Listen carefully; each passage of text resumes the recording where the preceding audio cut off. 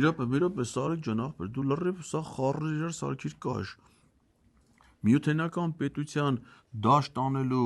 տանելը որն է, այ ախպեր ջան, դու տեղյակ չես։ Քաղաքացիական պայմանագիր կուսակցությունը,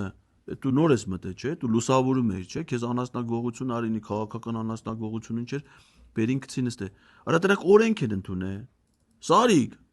ՔՊ-ն օրենք է ընդունել միութենական դաշտ Եվրոպական միության անդամության գործընթաց սկսելու մասին։